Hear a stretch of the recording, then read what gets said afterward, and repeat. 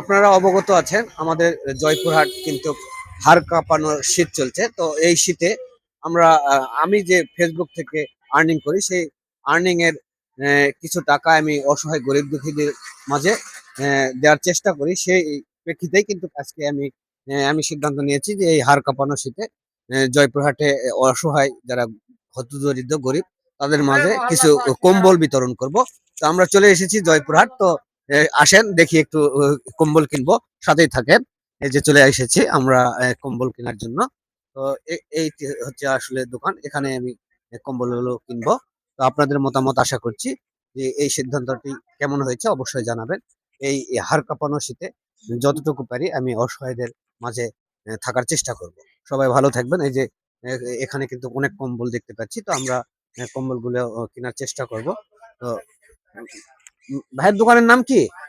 হ্যাঁ, পায়েল বস্ত্রালয়, জয়পুরহাট পূর্ব বাজার কাপড়পট্টি।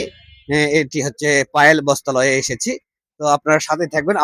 আপনাদের যদি কম্বল লাগে অবশ্যই এখানে যোগাযোগ করতে পারেন। ইনশাল্লাহ খুব সাশ্রয় রেটে দাদা আমাদের দিতে পারবেন। দাদার নাম কি? বিকির। তো দাদার সাথে একটু কথা বলি, একটু আসেন।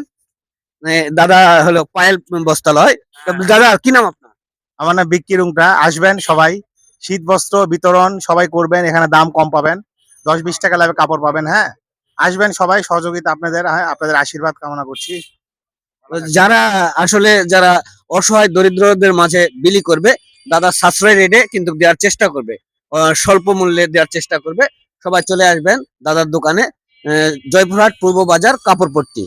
সবাই ভালো থাকবেন, সুস্থ থাকবেন। আসসালামু আলাইকুম।